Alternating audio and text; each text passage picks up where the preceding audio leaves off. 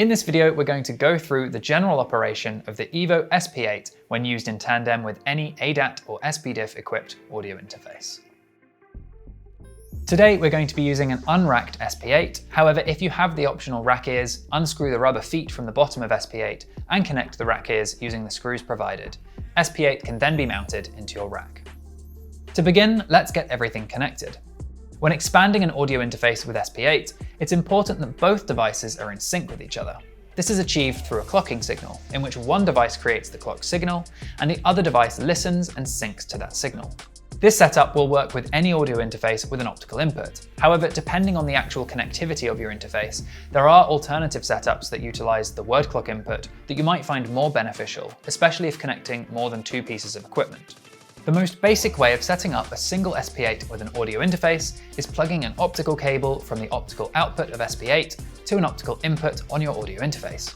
Note that when working at 44.1 kHz and 48 kHz, you only need a single cable, but at higher sample rates, you will need to use both optical outputs in order to get the full 8 inputs. In this scenario, SP8 is running the clock signal, and your audio interface would need to sync to it.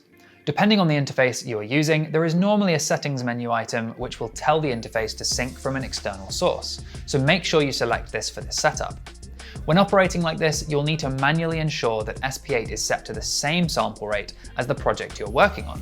We will go through how to do that later in this video. Let's power SP8 on for the first time.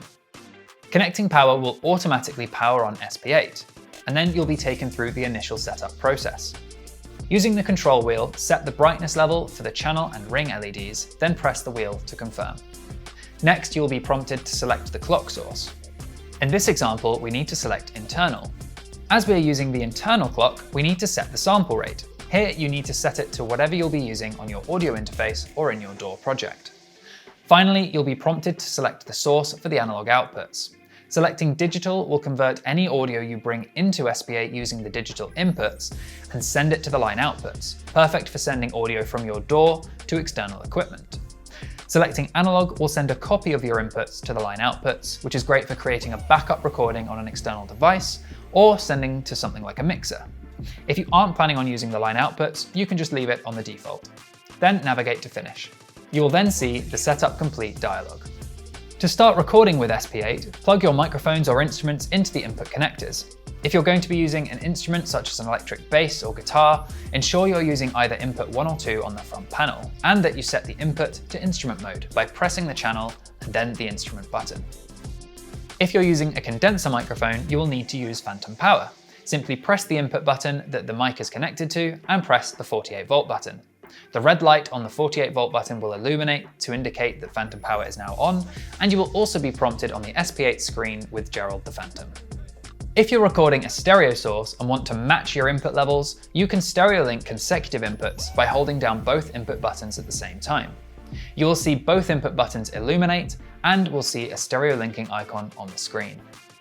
Now you have everything connected, you can easily set your input levels using SP8's Smartgain feature. To do this, press the green Smartgain button, then tap the input buttons that you wish to set the gain for, and then press the Smartgain button again to begin the process. If instead you want to quickly select all 8 inputs, just hold the Smartgain button down and you will see all input buttons light up. Tap the Smartgain button again to start the process.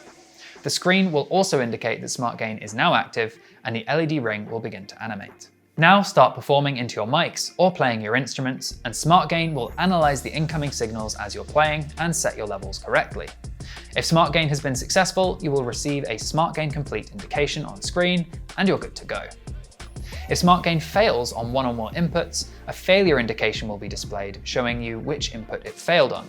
Errors are most likely caused by loose connected cables, faulty cables, or not having phantom power turned on when using condenser microphones.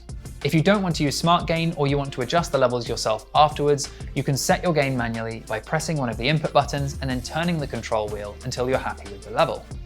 You can also quickly mute any of the inputs by holding down the relevant input button.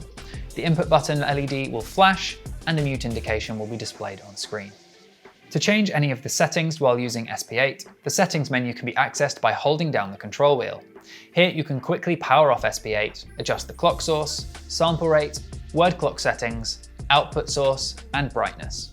You can also view the status, which gives you information about sample rate and clocking. And finally, factory reset, which will put SP8 back to factory settings. Once you're finished with your session, you can quickly put SP8 into standby mode by holding down the control wheel for 5 seconds, or by navigating to the power off menu item in the settings menu. To turn it back on again, simply press the control wheel. If you're using SP8 with an EVO 16, there are a few extra features available through the EVO expanded system. So if you want to learn more about how to set up SP8 with an EVO 16 specifically, then please watch the expanded system video. Now you have everything you need to get recording with SP8. A basic method of how to connect your SP8 to your audio interface, how to set up your inputs, and how to access the various settings available. For more information about SP8, please check out some of our other videos or take a look at some of our support documentation. If you found this video useful, please give it a like, and don't forget to subscribe for more EVO related video and content.